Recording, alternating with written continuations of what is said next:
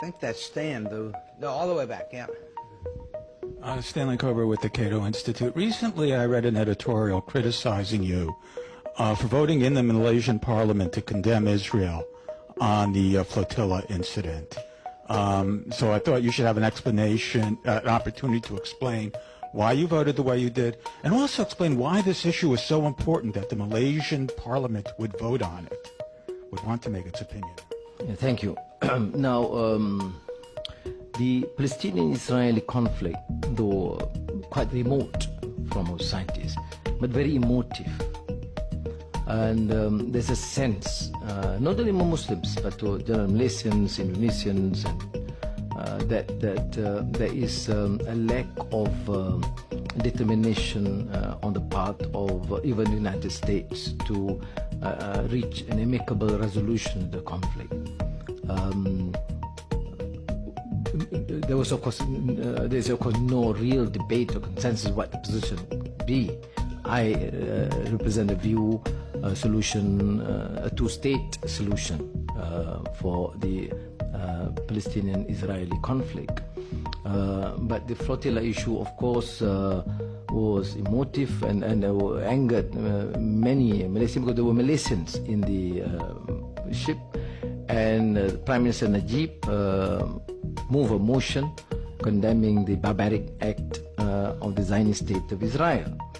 Then the opposition, with some reservations, supported that resolution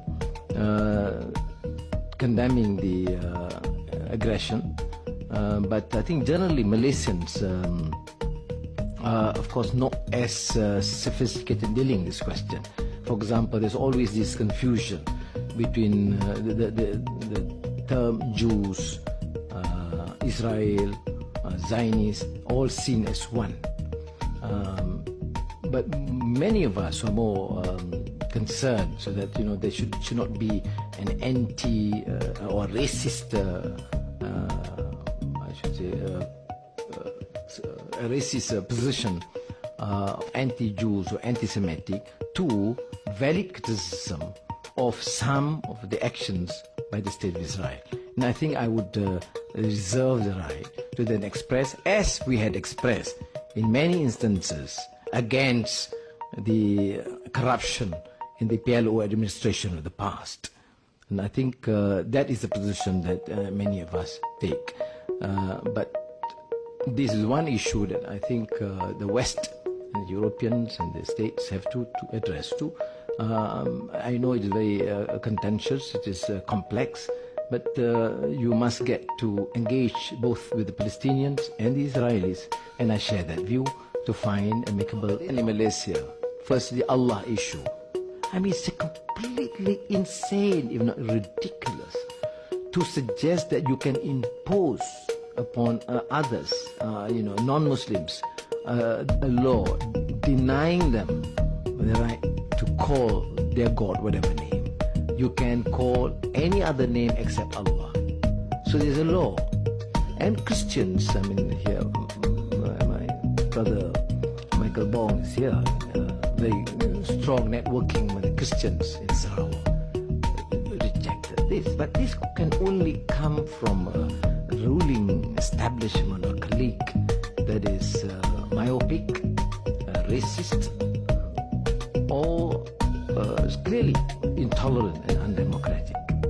I mean, I know among the Arabs, Muslim, Christians, or even Jews, all the three Abrahamic tradition made reference to Allah, Salam, and but you have that. We, I mean, in the opposition coalition of Pakatan Rakyat, not only Justice Party, the Democratic Action Party, but also the Islamic Party, have taken the position, look, we cannot have this law. We must respect the rights of the other religious denominations or other faith to call God Allah. The slight history of them is slight digression. You see, the Bible is translated into Malay hundreds of years ago. It's used in Indonesia.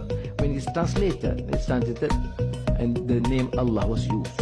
Now, after 100 years, you can come back and say, no, we have to edit the translation. What are you? Do you support secular state or you support Islamic state? I don't support Islamic state because it's interpreted by so many negative contexts. By Islamic state you mean freedom of conscience, freedom of religion, rule of law, then fine with me. Do you support a secular state and secular like Cité of France, secular like America, New York, or America, Virginia? So normally I avoid these labels. I would prefer that you go through and explain the fundamental principles. What do you want? Then I say, okay, what I will not compromise is the constitutional guarantee, freedom of conscience, freedom of religion, rule of law, free media, market economy, really such subject. This is better. Then where does religion come to play? Okay, then you have to respect. If Muslims want to have proper Sharia courts for family law, divorce, in a limited sense, to me it's fine. But do not encroach on the rights of others. Do not use religion to compare your belief. And this, the contentious debate on issue of conversion, apostasy becomes there. Because when you use religion to compare. But otherwise, what is religion? The relevance is for peace, for tolerance, for justice, for order. And because of that, you must accept the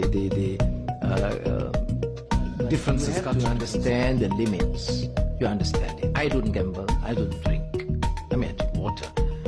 But there must be tolerance. I mean, how do I impose on others? Okay.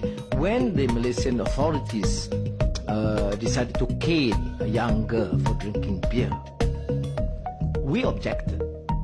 Okay, because I said the most you should do is probably advise her if you want to. Okay, but you can't cane when you know that you are not consistent.